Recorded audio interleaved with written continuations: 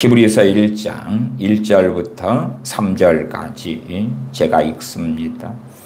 옛적에 선지자들로 여러 부분과 여러 모양으로 우리 조상들에게 말씀하신 하나님이 이 모든 날 마지막에 아들로 우리에게 말씀하셨으니 이 아들을 만유의 후사로 세우시고 또 저로 말미암아 모든 세계를 지으셨느니라.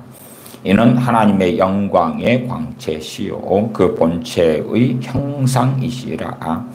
그의 능력의 말씀으로 만물을 붙드시며 죄를 정결케 하는 일을 하시고 높은 곳에 계신 위엄의 우편에 앉으셨느니라. 아멘. 지난 시간에 이어서 세상 사람들이 말하는 신은 왜 침묵하는가? 또한 우리 믿는 사람들로서는 하나님은 왜 침묵하시는가?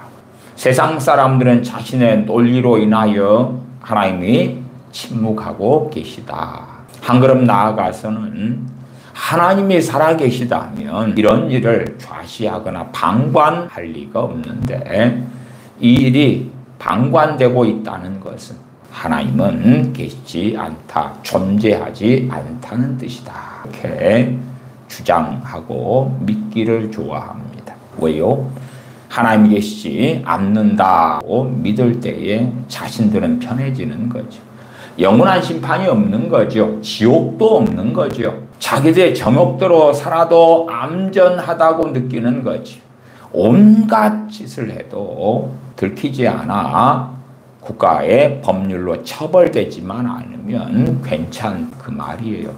우리 주 예수를 믿는 사람들도 자신의 입장에서 하나님은 왜 침묵하시는가 생각하면서 한 걸음 나아가면 하나님을 원망하는 그런 일들도 아주 많이 있기도 합니다.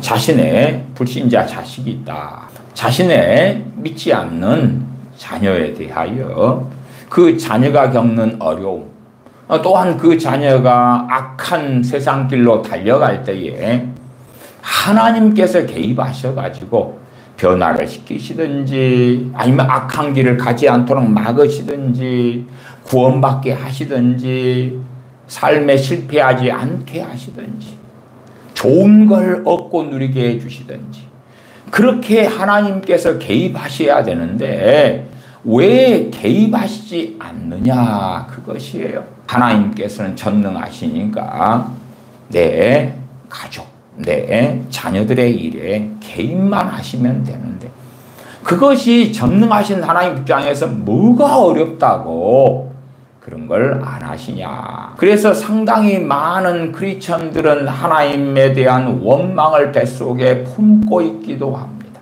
믿음보다도 원망으로 나아가고 하나님을 믿는 신앙은 버릴 수가 없는데 주님을 믿는 믿음은 버릴 수가 없는데 그러나 하나님 왜 그러시는지 도통 이해할 수가 없다.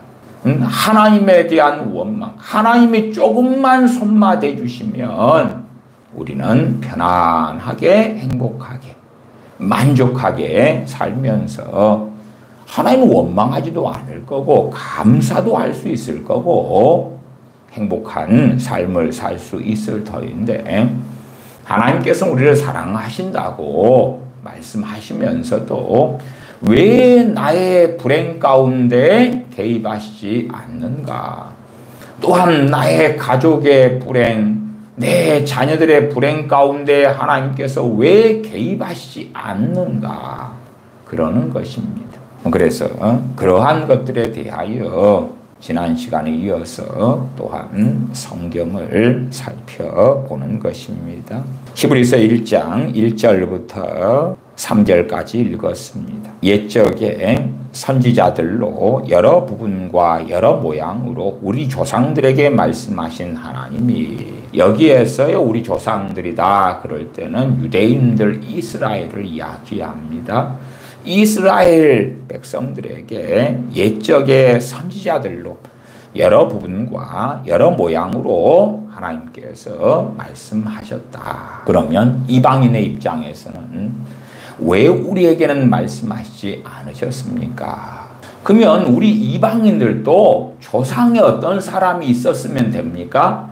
아브라함 같은 하나님을 경외했던 조상이 있으면 됐던 거겠죠. 그러면 아브라함을 불러서 이스라엘 민족을 일으키신 것처럼 우리 어떤 조상을 일으켜가지고 이스라엘 말고도 또 다른 하나님의 선민 백성으로 선택하셨지 않겠는가 그 말이에요. 왜 하나님께서 이스라엘만 선택하실 수밖에 없는 아브라함만 선택하실 수밖에 없는 그 상황 지경까지 인류가 걸어왔던가. 아담 할아버지가 범죄한 다음에 그 범죄로 인하여 죄가 들어오고 사망이 들어왔습니다. 그러면 그것이 우리가 원망할 일이 됩니까? 안 됩니까? 하나님 앞에는 결코 부당한 일이 됩니다. 성경은 원망하지 말라고 말씀하지요. 하와 할머니가 선악과를 따먹고 범죄한 결과로 여자들이 해산하는 수고를 하게 되었습니다. 실제로 해산하는 그 과정 가운데 지금은 그런 일이 적어도 최근래까지도 많은 어머니들이, 많은 여성들이 사망하고 고통을 당하고 비극들을 만나기도 했습니다. 그것도 하와 할머니의 선악과를 따먹은 범죄로 거슬러 올라갈 수가 있겠죠. 왜 그렇게 하셨습니까? 왜 그렇게 하셨나이까? 그나마 니느웨 성의 사람들은 선지자 요나가 가서 하나님의 심판을 선언하니까 그것도 사흘길을 가야 되는 니느웨 성에서 하루길만 가고 그러면서 어떤 면에서는 태만하게 하나님의 심판을 선언하고 하나님께서 니느웨 성을 어떻게 멸망시키시는가, 심판하시는가 내가 지켜보겠다 그러고 있는데 니느웨 성에서는 아이부터 어른까지 심지어 왕까지도 금식을 하면서 회개하게 되어집니다. 그런데 니느웨 성만 해도 좌우를 분간치 못하는 아이들이 12만 명이 있다고 그랬어요. 그러면 아이부터 어른까지, 아이부터 노인까지, 왕까지도 회개했지만 그러나 좌우를 분간치 못하는 12만 명 그런 아이들은 회개를 했겠습니까? 안 했겠습니까? 회개라는 게 뭔지를 몰라요. 죄라는 게 뭔지를 몰라요. 그들에게는 해당이 안 되지요. 그러니까 의식이 있고 죄가 뭔지를 느끼고 최소한 좌우를 분간하는 그 이상을 하는 그런 아이들부터 회개했다는 그 놀라운 일. 그들이 회개함으로 좌우를 분간치 못하는 그러한 12만 명 아이들부터 많은 짐승들까지 하나님의 진노와 멸망 속에 들지 않았다 그 말이에요. 그러면 실상은 우리가 하는 행동의 결과를 우리 자손들이 짊어지는 것이고 우리 조상들이 한 행동의 결과를 또한 우리가 짊어져 오는 것이에요.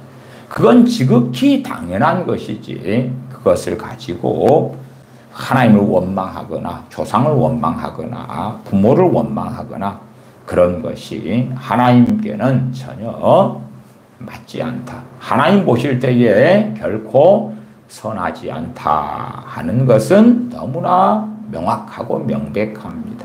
히브리서 1장 2절을 보면 이 모든 날 마지막에 아들로 우리에게 말씀하셨으니 하나님께서 침묵하지 않으셨다.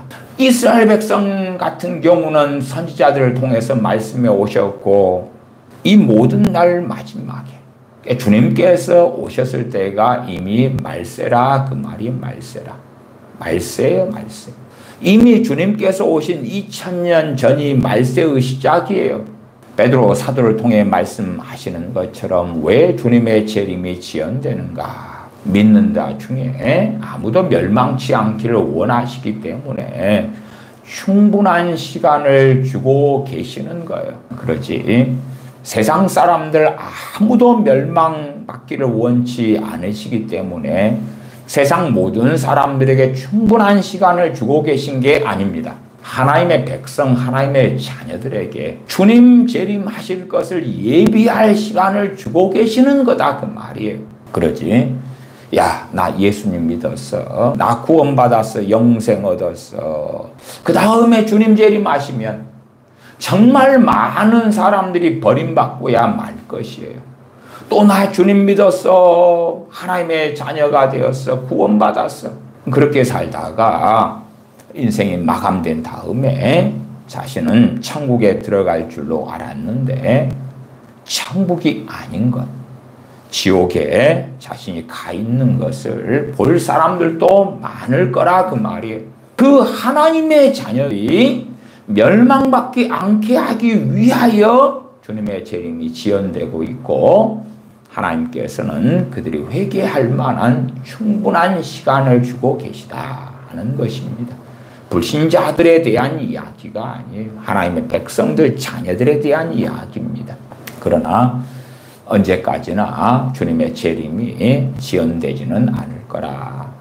주님의 공중 강림과 함께 있는 이 온 지구상에 있는 사람들, 하나님의 진노와 심판이 불로 나타날 것인데 그것이 언제까지나 지연되지는 않는다.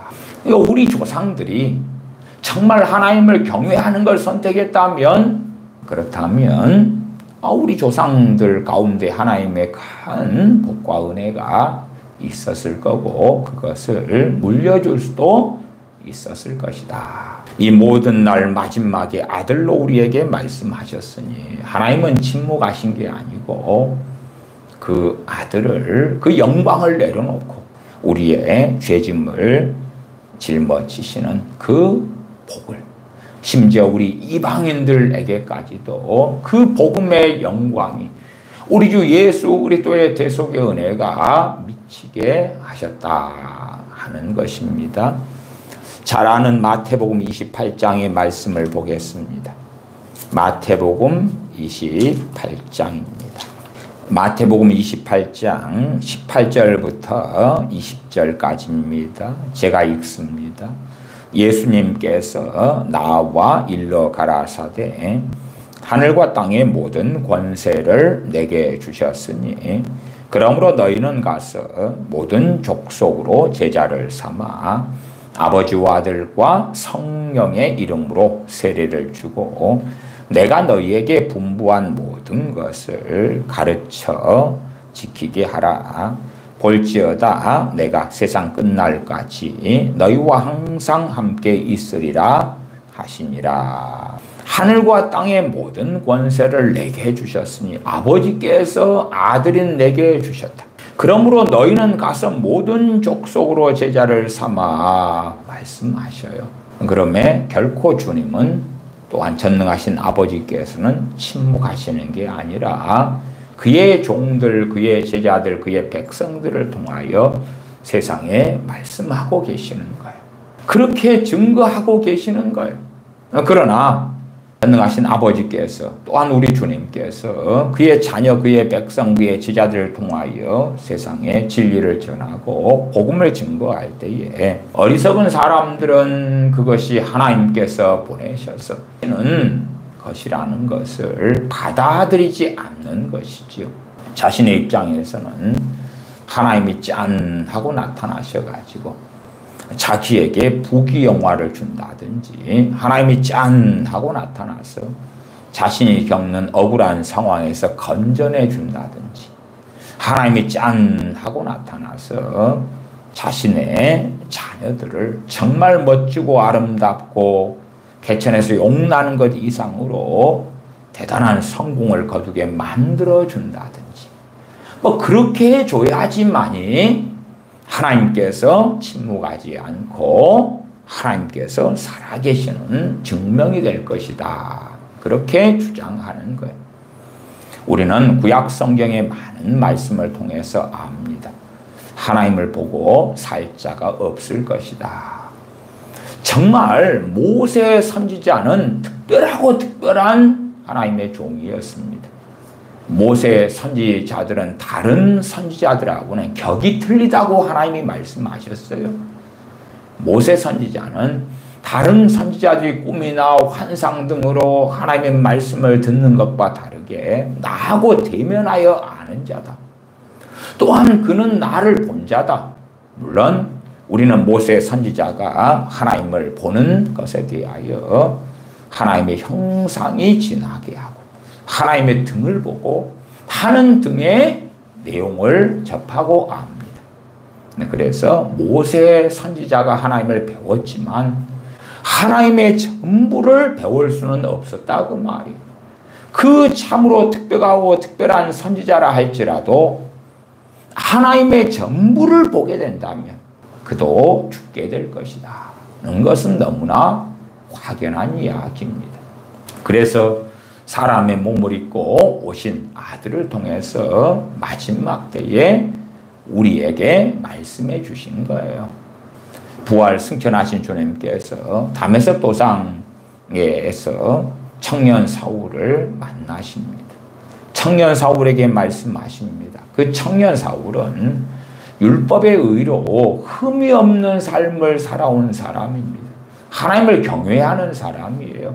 단지 믿는 사람들을 핍박하는 것이 하나님을 기쁘시게 하는 줄 알고 또한 우리 주 예수 그리스도께서 메시아이신 줄을 모르고 이단 같은 존재로 잘못 생각했던 거예요.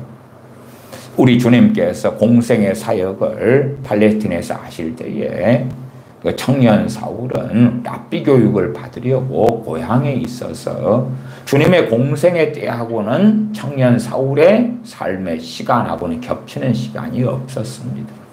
아마 하나님을 경외했던 율법의 의로 흠이 없었던 그 바리새인 중에 바리새인이었던 청년 사울이 주님의 공생의 때 있었다면 그는 주님을 믿었을 거라고 생각합니다. 그러나 주님의 공생의 때에 그는 잊지 않았고 주님에 대하여 소문만 들었고 그리고 자신의 동료 바리새인들이 혹은 대제사장들이 선동하는 대로 넘어갔던 것이지요. 그래서 교회를 핍박하게 되었고 믿는 사람들 핍박하는 그 어리석은 악행을 저질렀다고 사도 바울은 증거하고 있습니다. 고의적이고 악의적으로 했던 이가 결코 아니다 그 말이에요. 그런 사울도 사도 바울 되기 전에 청년 사울도 다메섹 도상에서 주님을 배운 다음에 소경이 됩니다.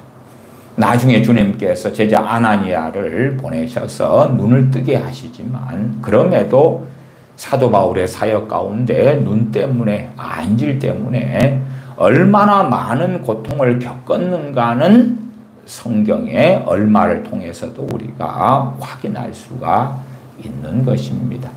그래서 갈라디아 지역의 교회들의 교인들 같은 경우는 할 수만 있었다면 눈이라도 빼어서 내게 주었으리라고 사도 바울은 증언합니다. 눈 때문에 너무나 고통을 받았으니까 보이지 않던 눈이 뜨게는 되었지만 그러나 또 다른 어떤 것들이 있었다는 것을 알죠. 눈 때문에 너무 고통받고 괴로워하니까 야, 눈을 줄 수 있었다면 내 한눈을 사도 바울에게 주었으면 좋겠다. 근데 그게 가능하지 않아서 사도 바울에게 눈을 줄 수 없었다 그 말이에요. 그렇게 갈라디아 지역의 교인들은 사도 바울을 사랑했다 그 말이지요. 그러면 보통 사람들이 하나님을 배웠고 살 수 있을 것이냐? 결코 그렇지 않습니다. 하나님이 살아계시다면 하나님 스스로 자신을 증명하라 그런 관점의 어리석음을 가지는 세상 사람들이 많아요. 하나님이 살아계시면 나한테 나타나봐라. 하나님 살아계시면 자신을 스스로 증명해봐라. 그 결과는 당신들은 회개할 시간도 없고 주님을 믿을 시간도 없고 지옥으로 즉각 즉사에서 떨어지는 것밖에는 없다 그 말이. 자신들이 무엇을 생각하고 원하는지를 도무지 알지를 못하는 거예요. 심지어는 그런 믿는 사람들도 많습니다. 다메섹 도상에서 청년 사울을 만나주신 것처럼 내 자녀를 만나주세요. 내 가족을 만나주세요. 주님께서 그렇게 나타나주세요. 그러면 내 자녀가, 내 가족이 주님을 만나니 어찌 안 믿게 될 수 있겠습니까? 만나주세요. 만나주세요. 만나주세요. 만나주시면 내 자녀는 변화될 것입니다. 인격적인 변화가 나타날 것이에요. 제발 만나주세요. 그래서 제가 말씀드렸죠. 전에 장경동 목사 씨의 그 주일 예배 때 실시간 예배를 드리고 있는데 사람들이 기도 제목을 올리라 그래요. 앞에 시간에 기도 잠깐 해주는 시간을 가지더군요.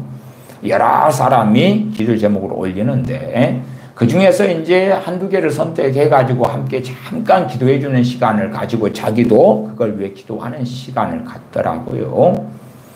그래서 제가 그 실시간 예배를 봤는데 어떤 여자분이 자신의 군대에 있는 휴가 나온 아들에 대한 그러한 기도 제목을 올립니다. 이번에 내 아들이 휴가를 나왔는데 이 시간 동안에 주님께서 만나달라고. 그러니까 장경동 목사 씨는 주님 만나주세요. 이 휴가 기간 동안에 주님 찾아와 주셔서 만나주세요. 그래서 구원받게 해주시고 변화시켜 주세요. 그렇게 기도를 해주더군요. 당연히 그 교인분은 너무 기뻐하고 좋아했지요. 야, 이 유명한 장경동 목사님이라는 분이 세상에나 내 기도 제목을 선택해서 내 불신자 군에 군생활하는 아들이 주님 만나 주시도록 기도를 해주다니. 그런 것이 무서운 것이 그렇습니다.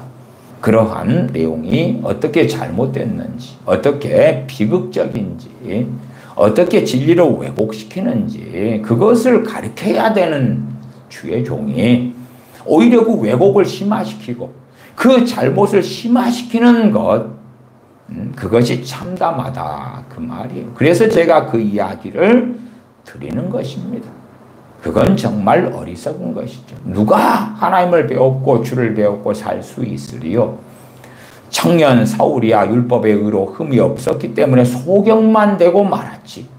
당신의 자식들은 주님께서 나타나시면 즉사할 거라. 죽고 살지 못할 거라. 정말 하나님 앞에 산 사람들, 하나님을 경외하는 사람들이야 살겠지만 그렇지 않은 사람들이 어떻게 하나님 앞에 서리요? 전능하신 아버지께서는 또한 우리 주 예수님께서는 그의 제자들에게 너희는 가서 모든 족속으로 제자를 삼아 아버지와 아들과 성령님의 이름으로 세례를 주고 내가 너희에게 분부한 모든 것을 가르쳐 지키게 하라. 그렇게 명령하셨습니다. 그의 제자들, 그의 종들을 통해서, 그의 백성들을 통해서 하나님께서는 사람들에게 말씀하고 계심에 결코 하나님은 침묵하고 계시지 않는 것입니다. 또 다른 예제를 봐보십시다. 사도행전을 보십시다. 사도행전 10장을 보십시다. 사도행전 10장 1절부터입니다. 로마의 백부장 고넬료의 이야기가 나와 있습니다. 사도행전 10장 1절부터입니다. 1절부터 제가 읽습니다. 가이사랴에 고넬료라 하는 사람이 있으니 이달리아 데라 하는 군대의 백부장이라. 그가 경건하여 온 집으로 더불어 하나님을 경외하며 백성을 많이 구제하고 하나님께 항상 기도하더니 하루는 제9시쯤 되어 환상 중에 밝히 보매 하나님의 사자가 들어와 가로되 고넬료야 하니 고넬료가 주목하여 보고 두려워 가로되 주여 무슨 일이니까? 천사가 가로되 너 기도와 구제가 하나님 앞에 상달하여 기억하신 바가 되었으니 너가 지금 사람들을 요바에 보내어 베드로라 하는 시몬을 청하라.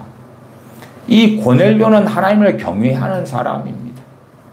그러나 아직 우리 주 예수님을 믿는 사람은 아니에요. 주님을 믿고 섬기는 사람은 아니에요.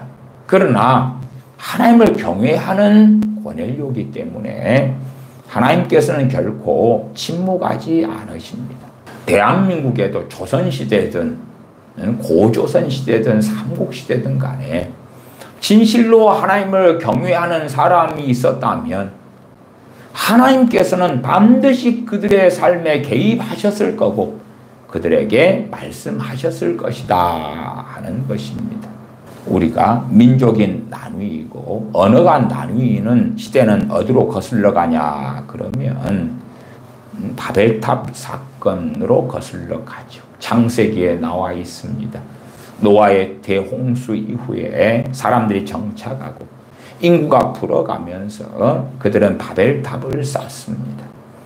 실상 하나님께 대항하고 대적하여 쌓아 올라가는 인본주의, 하나님의 통치하시는 그러한 자신들의 삶이 아니라 자신들이 주인이 되는 그 삶의 길을 걷고자 합니다. 당연하게 그때에도 하나님을 섬겨왔던 긴 세월이 있고 좀 짧게 이야기한다면 그들의 조상은 누굽니까? 노아 할아버지 아닙니까? 노아 할아버지. 노아 할아버지가 그의 자녀들에게 셈과 함과 야벳에게 하나님의 말씀을 안 가르쳤겠습니까? 하나님을 경외하는 것을 안 가르쳤겠습니까? 그 아버지 노아의 가르침에 대하여 셈과 함과 야벳은 선택하는 것입니다. 정말 얼마나 받아들일 것인가. 그 다음에 또한 그들이 자손에게 진리를 전하고 하나님을 경외함을 전할 때에 그 자손들마다 자유의지가 있으니까 어떤 자식은 받아들이고 어떤 자식은 안 받아들이잖아요. 주님께서도 두 아들에게 아버지가 이야기할 때에 어떤 자식은 예 가겠습니다 하고 안 가고 어떤 자식은 안 할래요 하다가 나중에 돌이켜서 한다. 그런 예제도 사용하시잖아요. 그렇게 달라요, 달라. 돌아온 아들 탕자에 대한 말씀도 하실 때에 큰아들은 아버지와 함께 있는데 잘못된 마음 생각으로 하고 있는 걸 발견하고 허랑방탕하여 아버지의 재산을 다 창규와 함께 먹어버린 그 탕자 같은 경우는 돌아오잖아요. 돌아와. 큰아들은 아버지와 함께 있으나 어리석어지고 잘못된 길 가운데 실상은 있는 것도 보는 거고 그렇게 다 달라요. 셈과 함과 야벳 그 후손들에게 진리의 말씀을 전했다 할지라도 각자가 어떻게 받아들이는가. 그리고 이제 시간이 흘러서 바벨탑 때까지 내려온 거죠. 그리고 그들이 바벨탑을 쌓고 하나님께서는 그들의 언어를 나누어 버리고 맙니다. 그 언어에 따라서 실상은 민족이 나뉘었다 그렇게 말할 수도 있겠죠. 한국말을 쓰는 사람은 한민족이 된 거고 중국말을 쓰는 사람은 한족이 된 거고 과라니어를 쓰는 사람은 과라니족이 된 거고 그렇게 다 달라졌던 거지요. 그 다음에 그 언어에 따라서 헤쳐모여 하고 흩어진 거 아닙니까? 그럴 때도 하나님을 경외하는 진리의 말씀들을 조상들로부터 배웠잖아요. 그 다음에 자신들의 완악함으로 그걸 끊어버릴 수가 있는 거고 그걸 계속하여 이어서 흘려보낼 수가 있는 거예요. 하나님께서 아브라함을 선택하신 이유도 그렇게 말씀하셔요. 너가 자손들에게 하나님을 경외하는 걸 가르쳐가지고 그래서 자손들로 하여금 하나님을 경외하도록 해라. 그렇게 하라고 내가 너를 세웠다고 말씀하시는 거예요. 그런 것처럼 우리 조상들이 어느 때에 한민족의 조상들이 끊어버린 거예요. 하나님의 말씀을, 진리의 말씀을. 그건 각자의 선택이라. 심지어는 지금 세대의 여러분이 하나님을 경외하는 것을 하나님을 배반하고서 여러분이 끊어버릴 수가 있는 거예요. 그러면 자식들에게 그 복음의 진리가 흘러내려가지 않을 수 있겠지. 오히려 거꾸로 여러분이 주님을 배반한 다음에 자녀들에게 야, 절대 예수님 믿지 마. 하나님 믿지 마. 내가 하나님을 한 10년, 20년 믿어봤더니 별거 없더라. 그렇게 당신들의 경험으로 하나님을 배반한 다음에 그렇게 전했다면 그 영향을 여러분을 사랑하는 자녀라면 더 확실하게 받을 수도 있겠죠. 그리고 몇 세대 흘러간다. 그렇다면 과연 그 가문의 그 자손들에게 하나님을 섬기는 신앙과 믿음은 있겠는가? 고넬료는 이방인이고 로마의 백부장이에요. 그가 이제 파견받아서 온 거지요. 가이사라로 와서 거기에서 백부장 일을 하고 있어요. 이방인입니다. 어떤 연고인지 어떤 사연인지 어떤 과정인지는 몰라요. 그러나 그는 유대인은 아니에요. 그런데 10장 2절에 그가 경건하여 온 집으로 더불어 하나님을 경외하며 백성을 많이 구제하고 하나님께 항상 기도하더니 그렇게 말씀합니다. 우리가 이 바벨론 이러한 제국의 시대로 가도요. 바벨론에 누가 갑니까? 이스라엘 백성 유대인들이 포로로 잡혀가잖아요. 그리고 그 가운데는 다니엘 선지자 같은 이가 총리가 됩니다. 그러면 유대인들이 그들과 함께 살면서 하나님을 경외하고 섬기는 것이 왜 바벨론 제국의 사람들에게 증거가 안 되겠냐 그 말이에요. 아니면 북왕국 이스라엘 때에 그들이 많이 죽기도 하지만 또한 아수르 제국의 포로로 끌려갑니다.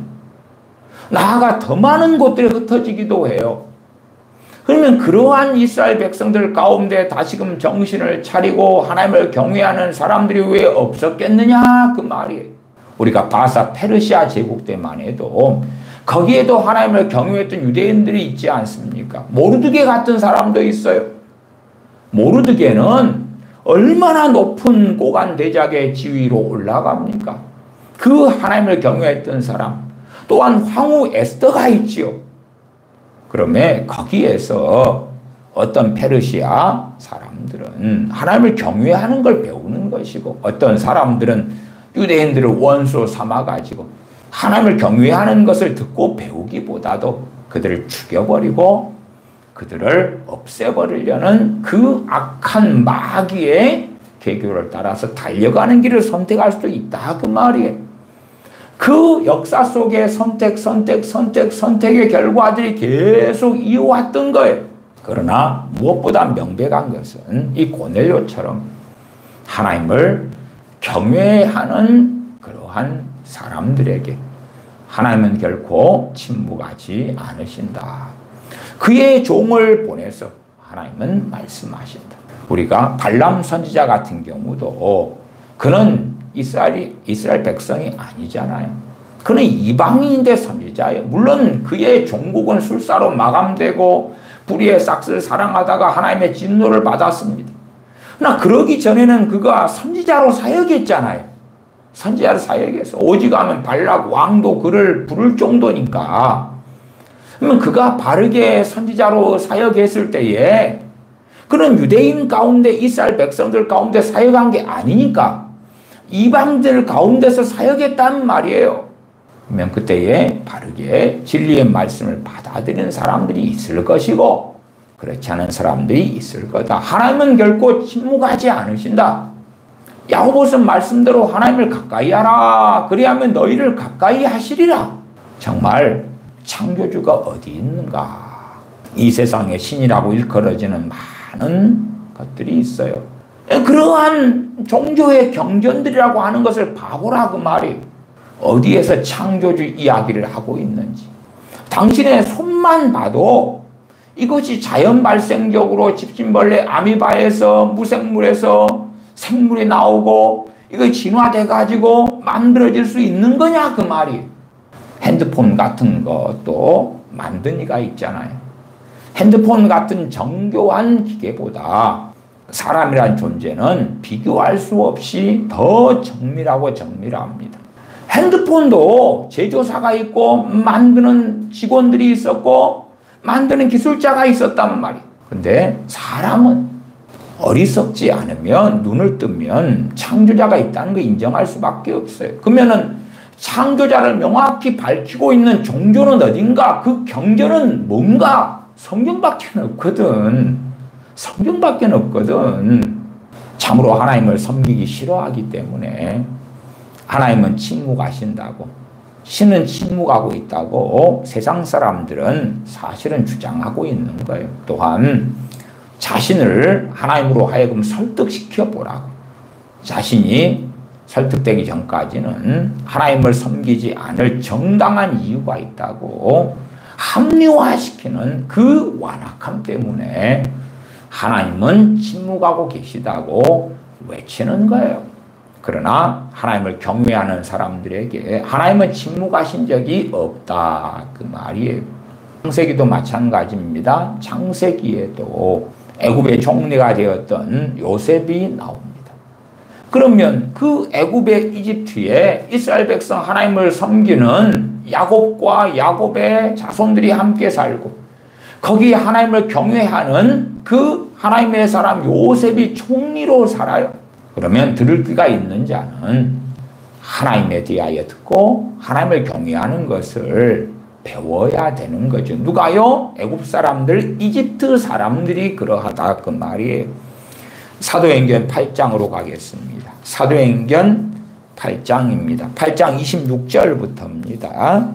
제가 읽어갑니다. 주의 사자가 빌립더러 일러 가로되 일어나서 남으로 향하여 예루살렘에서 가사로 내려가는 길까지 가라 하니 그 길은 광야라.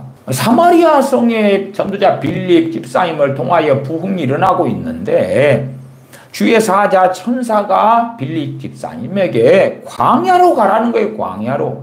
황당한 일이지요. 27절 일어나 가서 보니 그래 순종하고 갔습니다. 왜? 하나님께서 그의 천사를 보내서 말씀하시는데 순종해야지요. 에디오피아 사람 곧 에디오피아 여왕 감다게의 모든 국고를 맡은 큰 권세가 있는 내시가 예배하러 예루살렘에 왔다가 이디오피아 내시, 또한 옛날 번역으로 하면 에디오피아 내시, 얼마나 남자로서 비극적인 그런 사람입니까? 그럼에도 권세가 있는 국고 맡은 내시예요. 그 내시고 이디오피아 사람이고 주로 아마 이디오피아 사람이다 그러면 흑인일 수 있겠지요. 그런 사람이 하나님을 경외합니다. 하나님을 경외해. 유대인이 아니에요. 이디오피아 사람이에요. 그리고 하나님을 경외하기 때문에 27절 끝에 예배하러 예루살렘에 왔다가 돌아가는데 그래요. 누가 보고 계셔요? 하나님께서.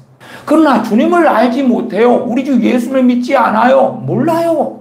그러나 하나님께 예배하러 와요. 그 먼 데서. 에티오피아의 국고 맡은 내시라면 얼마나 바쁘고 일이 많습니까? 그러나 그의 우선순위는 하나님께 때마다 예배하는 것이에요. 당신은 예루살렘 성전에 와서 예배했을 때니까 예배하러 때마다 왔다 그 말이에요. 하나님은 보고 계시고 알고 계시는 거예요. 물론 이러한 빌립 집사님 같은 경우는 몰라요. 몰라. 더군다나 광야에서 지나가고 있는데 어떻게 아냐 그 말이 왔다가 예배하고 돌아간단 말이에요. 자기 나라에. 28절 돌아가는데 병거를 타고 선지자 이사야의 글을 읽더라. 이방인이 선지자 이사야 서 같은 성경을 구하는 것이 쉬웠겠어요? 간단했겠어요? 당연히 아무리 권세가 있다 그래도 쉽지 않았겠지요. 그러나 어쨌든 두루마기 이사야 서를 구해요.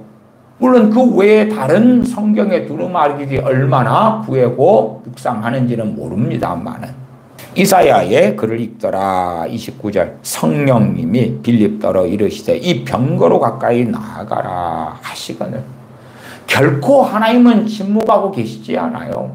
하나님을 찾는 자들, 하나님을 구하는 자들에게, 하나님을 경외하는 자들에게 결코 침묵하지 않아요. 저는 어떤 분의 간증을 듣기도 했습니다. 어떤 분이 그럽니다.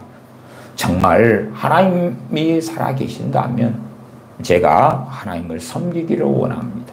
정말 창조주가 살아계시다면 제가 창조주를 믿고 섬기는 사람이 되기를 원합니다. 그렇게 기도했대요. 그는 성경도 모르고 하나님도 모르고 단지 정말 창조주가 계시다면 그를 알기를 원하고 믿기를 원하면서 기도했대요. 그가 하는 기도는 하나님께 드리는 기도는 맞지만 그러나 진실로 우리 주님을 알지도 못하고 성경도 알지 못하는 그러한 기도인 거지요. 그러나 그 기도를 한 다음에 며칠 뒤에 하나님께서 그에게 놀랍게 역사하셨대. 그리고 그는 주님을 믿고 성령 세례를 받고 정말로 내가 한 그 기도 탄식에 그 간구에 하나님이 응답하셨구나 그걸 알게 되었다고 간증을 하십니다.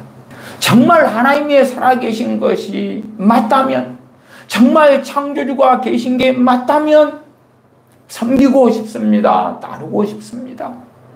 그 간구에 놀랍게 하나님이 응답하셨다는 거예요. 하나님은 결코 침묵하시지 않습니다.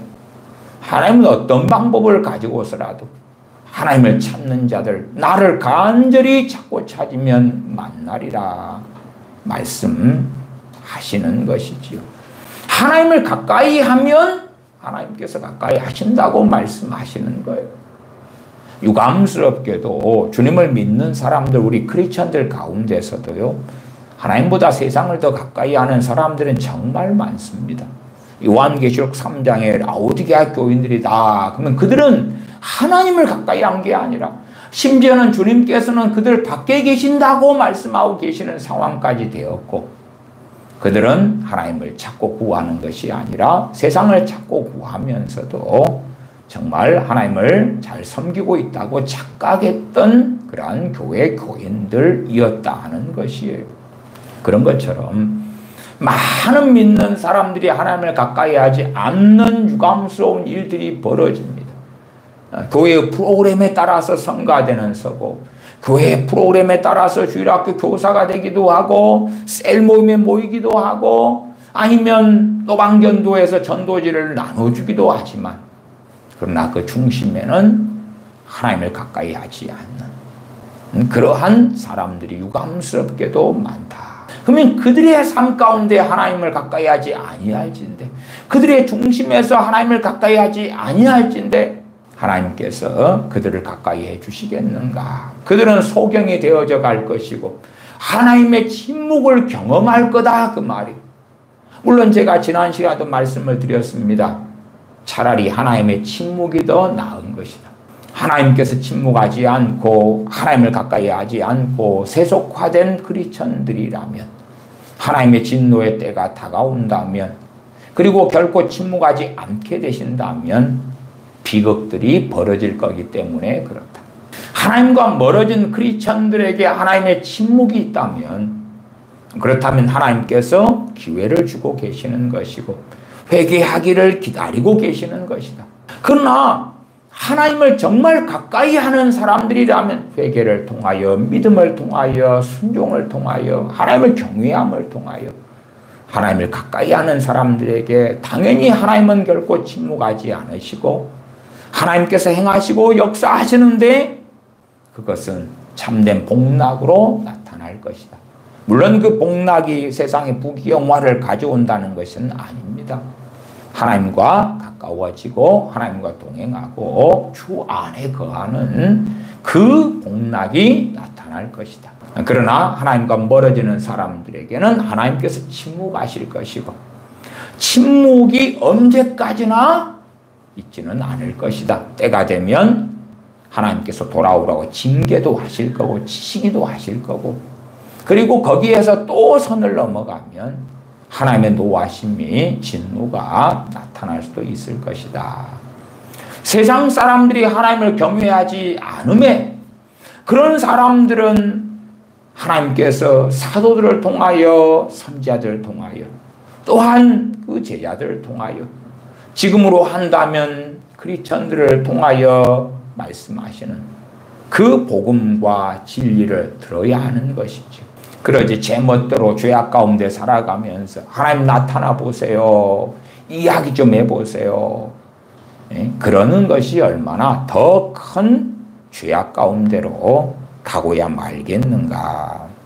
사도행전 8장 30절을 계속 보십시다. 빌립이 달려가서 선지자 이사야의 글 읽는 것을 듣고 말하되 읽는 것을 깨닫느뇨. 이 이디오피아 내시는 병거를 타고 예루살렘에 예배하러 갔다가 자기 나라로 돌아가는데 성경을 묵상하고 있는 거예요. 우리 믿는 크리스천들 가운데 일상 속에서 성경을 묵상하고 상고하는 사람은 얼마나 됩니까? 주님 믿는 사람도 별로 없는데 이 이디오피아 내시는 주님을 안 믿는 사람이요. 아직은 주님을 몰라요. 하나님은 예배하고 경외하는데 주님은 몰라요. 이방인이에요. 이스라엘 사람 유대인도 아니에요. 근데 그는 자기 나라 돌아가면서 광야길에서 성경을 묵상하는 거예요. 그런 이에게 하나님께서는 어떻게 침묵하실 수 있느냐? 결코 그렇지 않아요. 그렇지 않아. 31절 대답하되 지도하는 사람이 없으니 어찌 깨달을 수 있느뇨 하고 빌립을 청하여 병거에 올라 같이 앉으라 하니라.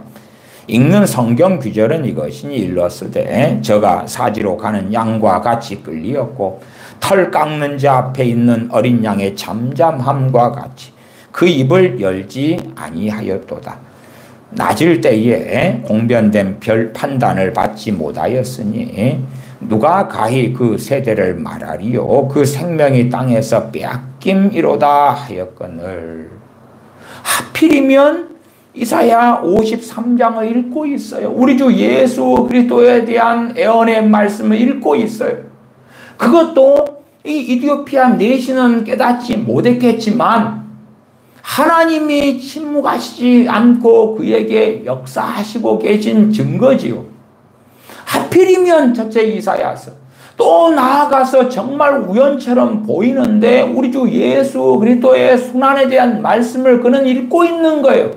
그리고 그에 대하여 빌립 집사님에게 물어보고 있는 거예요.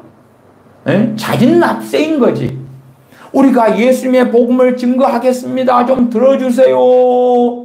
그렇게 해서 전도하는데 이 이디오피아 내시는 주님에 대한 말씀, 주님의 순환에 대한 말씀을 읽으면서 그걸 빌립 집사님한테 물어본단 말이에요. 물어봐. 얼마나 준비된 영혼입니까? 얼마나 놀라운 하나님의 개입이 있는 상황이냐 그 말이에요. 34절 내시가 빌립더러 말하되 청컨대 묻노니 선지자가 이 말한 것이 누구를 가리킴이뇨? 자기를 가리킴이뇨? 타인을 가리킴이뇨? 빌립이 입을 열어 이 글에서 시작하여 예수님을 가르쳐 복음을 전하니 길 가다가 물 있는 곳에 이르러 내시가 말하되 보라 물이 있으니 내가 세례를 받음에 무슨 거리낌이 있느냐. 조선시대 사람들은 복음을 제대로 못 들었는데 구원을 못 받았는데 그건 하나님의 책임 아니냐? 아니요. 그들이 하나님을 경외하는 사람이 있었다면 하나님은 능하시니까 그의 천사를 보내서든 뭘 어떻게 해서든지 간에 하나님은 그들의 삶에 개입하셨을 거고 결코 침묵하지 않으셨을 거라. 너무나 확연하고 뻔한 이야기예요. 그러나 사람들의 입장에서는 신이 침묵하게 보이는 것, 하나님께서 침묵하시게 보이는 것이 자기들의 입맛대로 하나님이 움직이지 않으시니까 자기들이 원하는 때 평상시에 잘 되고 건강하고 평안할 때는 전혀 아무 생각 안 하다가 빚쟁이가 되고 병들고 힘들고 고통스럽고 인생 사는 게 너무 괴로울 때는 왜 하나님은 침묵합니까? 창조주가 있다면 신이 계시다면 이럴 리가 없어요. 나는 깨끗하게 살아왔어요. 나만큼 살아보라 그래요.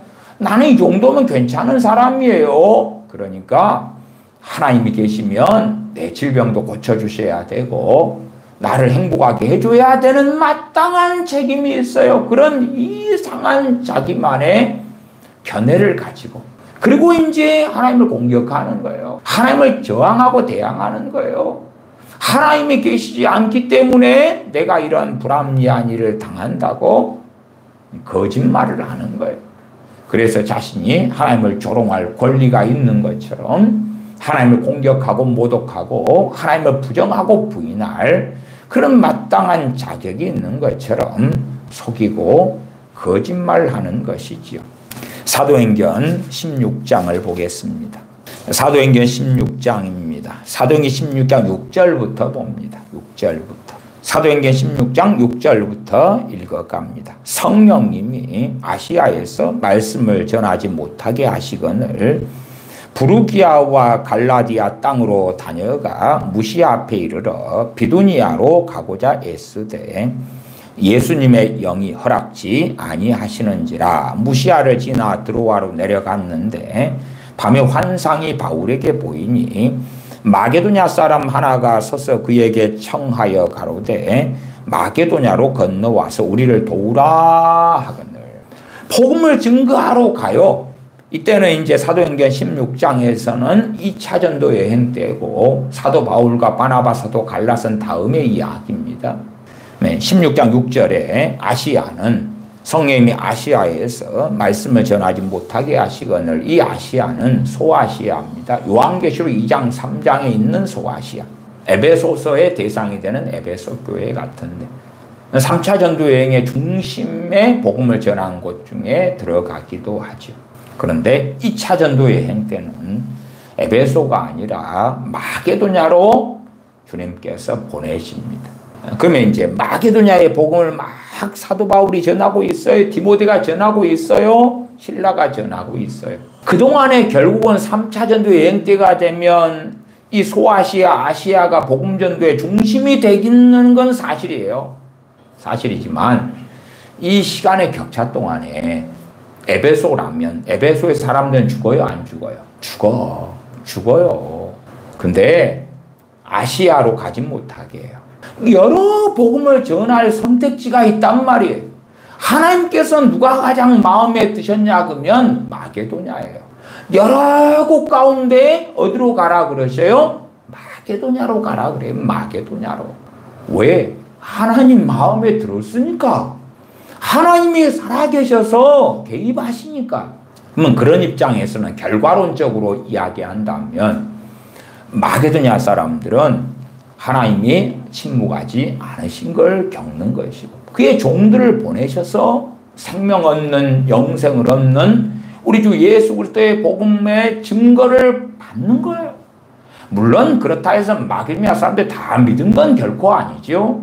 그러나 심령이 가난한 자들, 애통하는 자들은 그 복음을 받고 온유한 자들은 그 복음, 예수 그리스도의 복음을 받고 구원을 받았다. 그 말이에요. 선택지는 많아요. 어떤 지역에는 주님께서 길게 머물게 하셨어요. 길게 머물수록 더 많은 사람이 복음을 듣잖아요. 어떤 지역은 짧게 지나가요. 짧게 지나가면 정말 더 많은 사람들이 복음을 듣지는 못해요. 나는 결혼했다. 나는 신혼기간이다. 나는 장사를 하러 가야 돼. 나는 밭을 사서 시험해야 돼. 바쁜 일이 많을수록 저 어떤 사람들이 와서 나사렛 예수님에 대하여 증거하는데 나는 바빠서 시간이 없어. 나중에 한가해지면 들어야지 그러는데 진짜 그분들은 딴 데로 가버리고 말기도 하죠. 16장 7절에는 무시아 앞에 이르러 비두니아로 가고자 애쓰되 비두니아라는 선택지도 있는데 애를 쓰는데 예수님의 영이 성령님의 허락을 안 해주셔요. 이 16장 사도행전 16장의 시점에서는 하나님께서는 비두니아에는 침묵하고 계시는 거고 아시아에는 침묵하고 계시는 거고 마게도냐에게는 침묵하지 않는 거예요. 자기들의 소위 자기들의 행동을 돌아봐야 되는 것이지. 하나님께서는 결코 침묵하지 않으셔요. 그러나 어떤 사람들의 입장에서는 하나님께서 침묵하고 계시는 것을 명확하게 본다. 그 말이 명확하게 봐요. 에베소서 6장을 보겠습니다. 에베소서 6장 1절부터 3절까지 보겠습니다. 에베소서 6장 1절부터 3절 제가 읽습니다. 자녀들아 너희 부모를 주 안에서 순종하라. 이것이 옳으니라. 너 아버지와 어머니를 공경하라.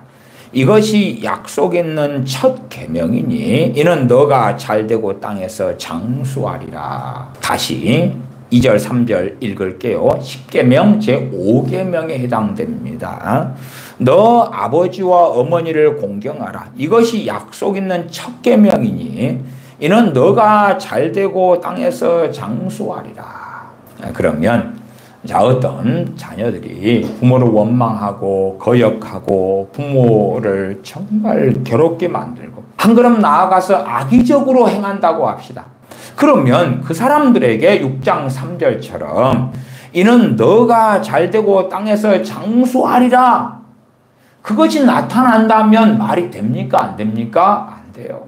그러니까 어리석은 세상 사람들이 땅에서 잘되고 장수해야 되는데 잘되고 땅에서 장수하는 것. 그러한 복을 주셔야지 하나님은 침묵하지 않으시는 거고 자기가 이것도 해도 안 되고 저것도 해도 안 되고 장수하지 못한다. 그 말은 건강하게 살지 못한다. 그 말이죠. 사건 사고가 많고 괴로움이 많고 비극이 많고 그런 걸 겪으면서 하나님은 왜 침묵하시는가? 그건 부당하죠. 이 약속의 말씀대로 부모를 공경하면 그러면 너가 잘되고 땅에서 장수하리라. 제가 자문의 말씀을 통해서 또 자녀 교육에 대해서 많이 말씀드려 왔습니다. 자녀들이 바르게 진리 안에 어릴 때부터 가르쳐섰다고 합시다. 그러면 자녀들이 부모를 공경하겠죠. 그 결과가 뭐겠어요? 잘되고 땅에서 장수하는 거죠.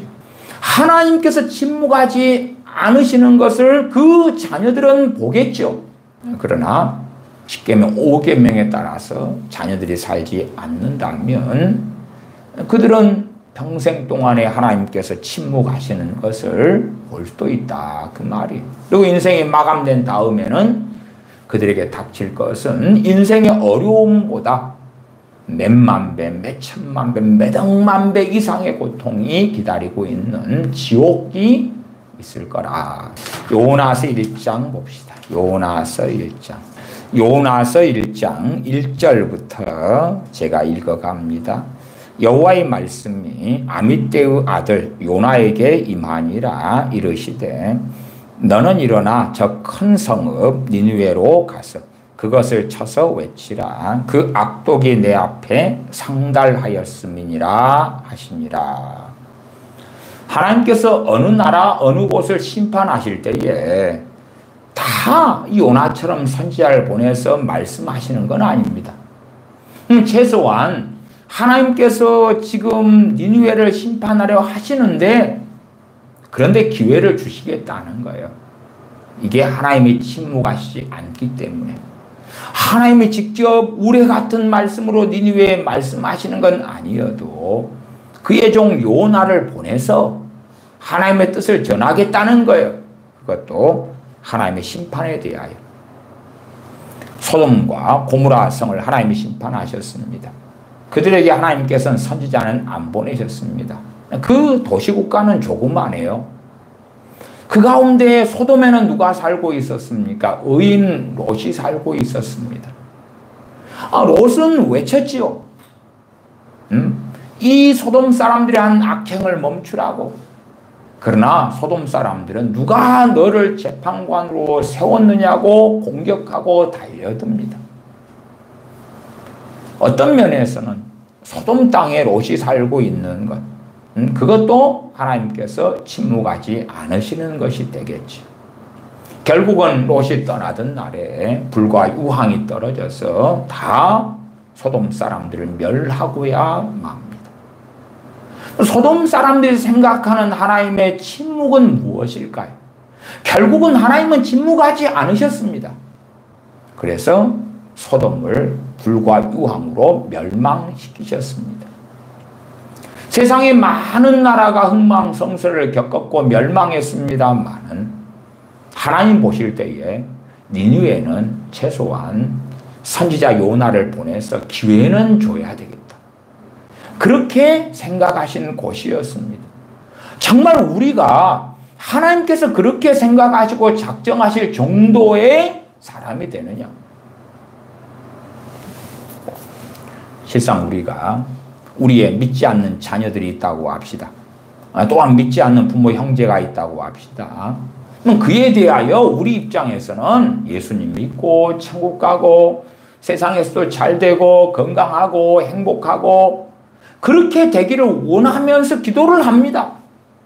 그런 기도는 자유가 있기 때문에 하시지 말란 이야기가 아니라 저는 어쨌든 하면 좋다고 봐요. 그렇잖아요.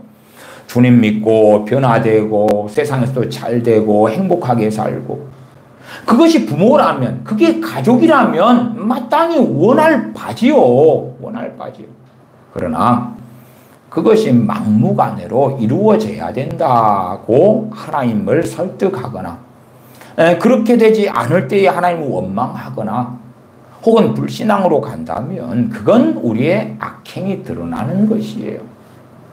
우리는 기도해요. 그렇지만 그 사람이 과연 하나님의 긍휼을 얻을 자인가?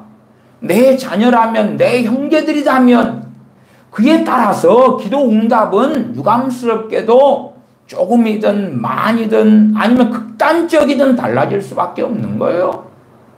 그 그릇이 어떤 그릇이냐? 그 존재가 사람이 어떤 사람이냐?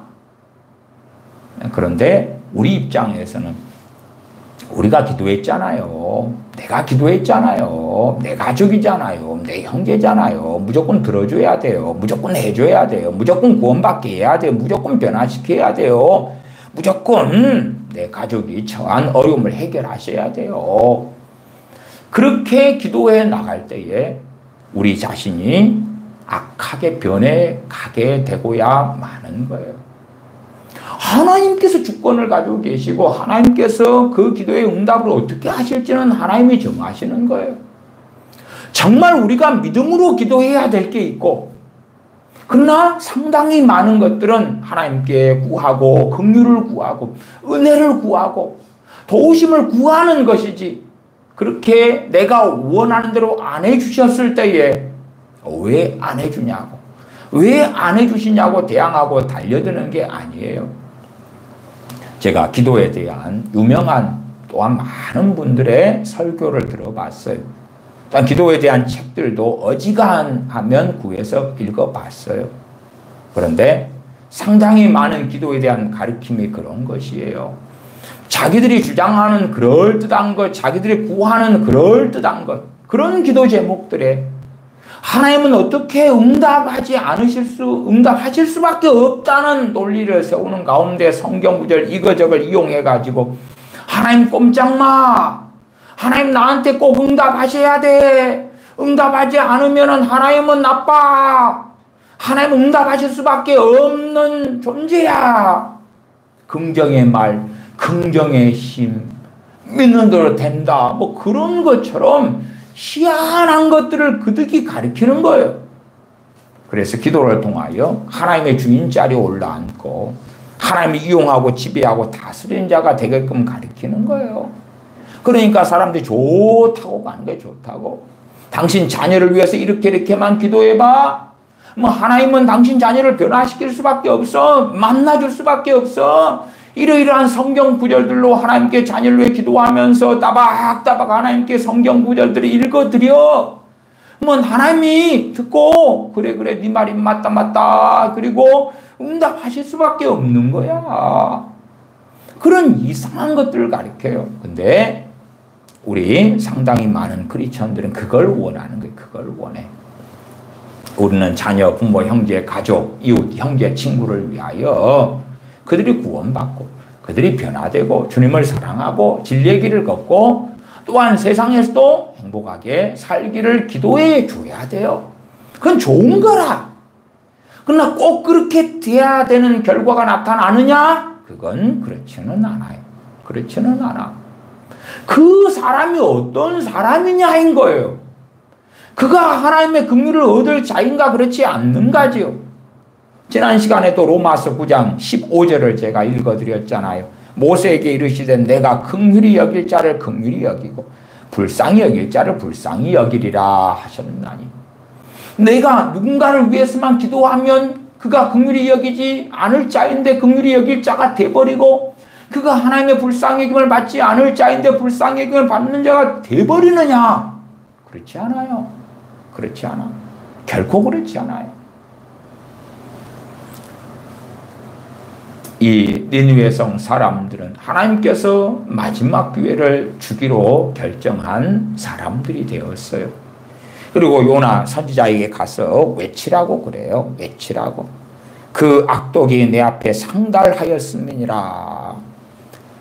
3절 그러나 요나가 여호와의 낯을 피하려고 일어나 다시스로 도망하려 하여 욥바로 내려갔더니 마침 다시스로 가는 배를 만난지라 여호와의 낯을 피하여 함께 다시스로 가려고 선가를 주고 배에 올랐더라.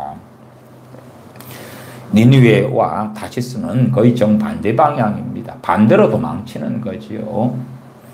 그런 길을 요나 선지자 가는 이유는 요나서 3장에 나와 있어요. 하나님께서 니느웨를 심판하시려는 게 아니라 그들에게 구원의 기회를 주시려 함이라는 걸 알아요. 회개하고 심판받는 게 아니라 저 원수 아수르 제국의 수도인 니느웨. 대한민국으로 한다면 서울이죠. 서울.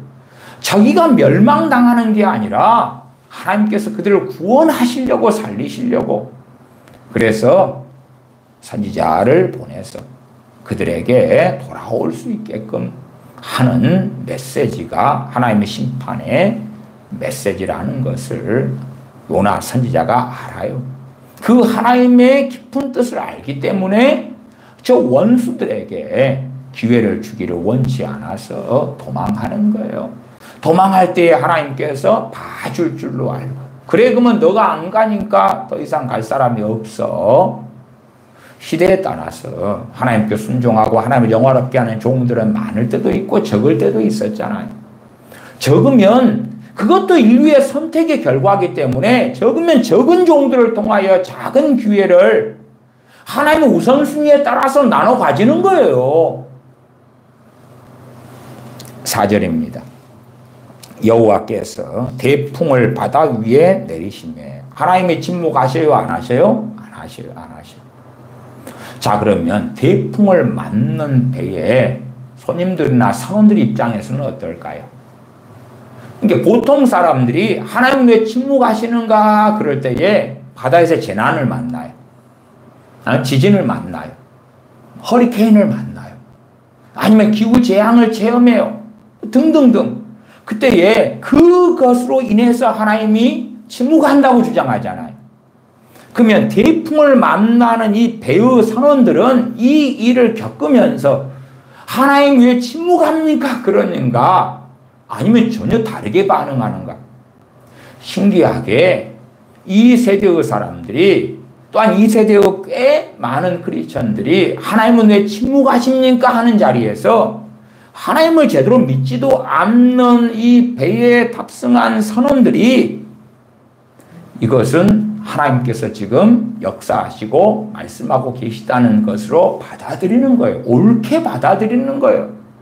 똑같은 상황에서 사람들이 다르게 반응하는 거예요. 4절 여호와께서 태풍을 바다 위에 내리심에 바다 가운데 폭풍이 대작하여 배가 거의 깨어지게 된지라 사공이 두려워하여 각각 자기의 신을 부르고 또 배를 가볍게 하려고 그 가운데 물건을 바다에 던지니라. 어쨌든 이들은 다신론이니까 각각 자기들의 신을 불러요. 자기들이 섬기는 신을. 이건 지금 어쨌든 이 사람들의 종교에 따라서 자기들의 신들이 개입해 주셔야 되는 일이라는 걸 알지요. 물론 그 신들은 다 가짜일 뿐이지만요. 그 가운데 물건을 바다에 던지니라. 그러나 요나는 배 밑층에 내려가서 누워 깊이 잠이 든지라.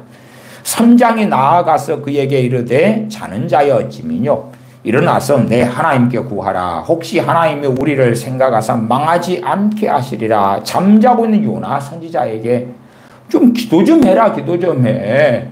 기도 좀 해. 너 하나님께 구하라. 기도해라. 그렇게 이야기해요. 얼마나 이 선장은 신령합니까? 선지자 요나보다 훨씬 신령하게 보여요. 7절 그들이 서로 이르되 자 우리가 제비를 뽑아 이 재앙이 누구로부터 인하여 우리에게 임하였나 알자. 하나님이 침묵하지 않고 태풍을 통하여 개입하고 계시다는 것을 그들이 안단 말이야. 알아. 그래서 이 배에 탑승한 사람들, 선원, 선장이나 이런 사람들이 자 제비를 뽑자. 누가 범인이어서 하나님이 침묵하지 않고 지금 역사하고 계시는지 범인을 찾아내자는 거죠.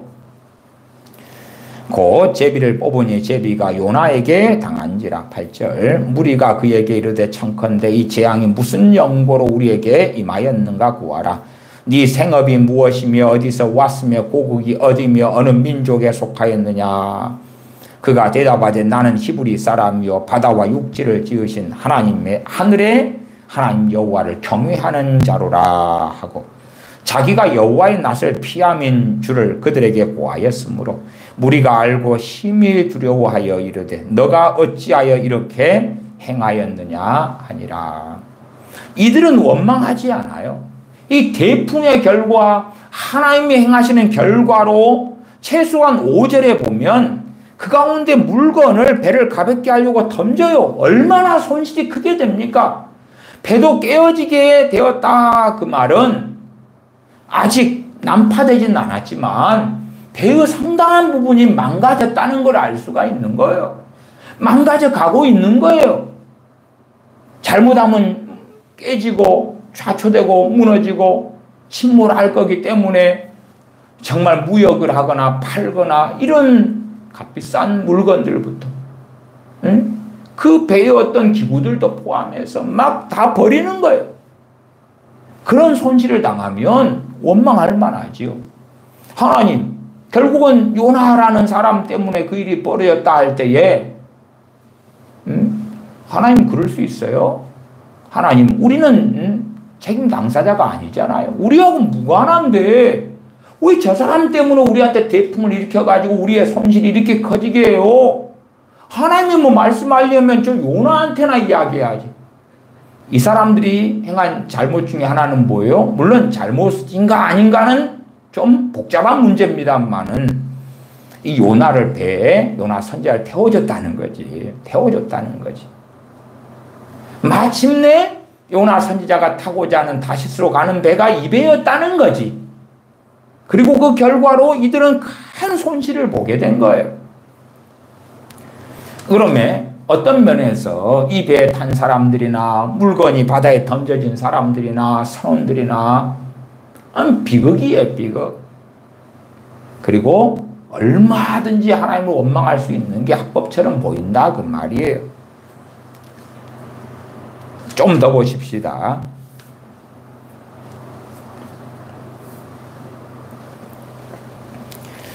15절, 16절 갑니다. 결국은 이제 요나 선지자를 바다에 던집니다. 요나 선지자도 나를 바다에 던지라 그러고요. 15절 요나를 들어 바다에 던짐에 바다에 뛰노는 것이 곧 그친지라. 그 사람들이 여호와를 크게 두려워하여 여호와께 제물을 드리고 소원을 하였더라. 우리가 그 모든 모습은 알 수 없지만 이들이 참되신 하나님께 돌아왔다.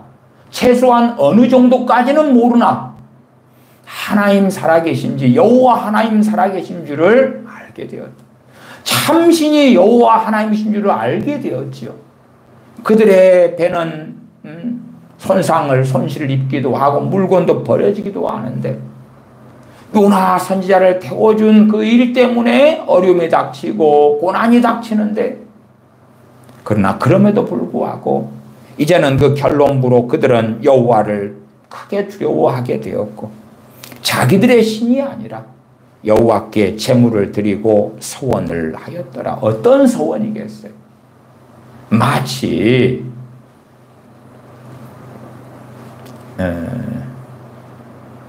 나만 장군이 생각 안 났어. 마치 아람 사람 나만 장군이 와서 요단강에 엘리사 선지자의 증거하는 하나님의 말씀에 순종하여 몸을 7번 담근 다음에 그가 그 문둥병이 깨끗함을 얻지요.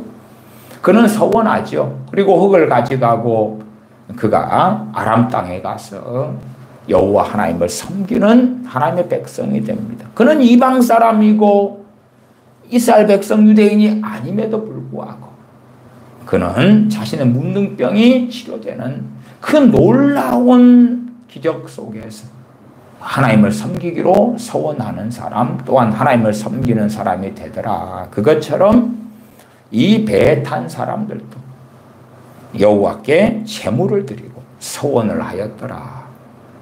하나님께서 침묵하지 않으십니까? 물론 상당히 많은 사람들은 하나님께서 행하시는 걸 보고 불평하고 원망하고 하나님께 대항하는 길을 선택하기도 해요. 이들은 물질적인 손실, 손해를 보았으나 오히려 그 계기를 통해서 하나님께 소원하고 하나님을 섬기는 사람들이 되는 그것을 우리는 확인하지요. 기도하겠습니다. 아버지 하나님, 진실로 전능하신 아버지께서 침묵하고 계시지 아니하시고 또한 자녀들을 통하여 세상의 복음을 증거하라 하시고 때때로 우리가 하나님을 찾고 구하고 엎드렸을 때에 우리의 삶에 개입하시는 것을 보며 감사와 찬양을 드립니다. 때로 하나님께서 침묵하고 계실 때에 우리로 하여금 회개할 시간을 주시는 것이고 우리로 돌이키도록 하시는 은혜를 베풀고 계시는 때인 줄 알기에 겸비함으로 겸손함으로 회개함으로 전능하신 아버지 앞에 엎드리는 복된 시간들을 가지는 우리가 되게 하여 주시옵소서. 그리하여 원망하고 하나님과 대항하여 싸우는 그러한 완악한 자들이 아니라 어느 때 어느 상황 어떤 일이더라도 전능하신 아버지께 감사하며 찬양하며 노래하며 하나님을 경외하는 복된 자녀들로 살게 하여 주시옵소서. 우리 주 예수님의 이름으로 기도하옵나이다. 아멘.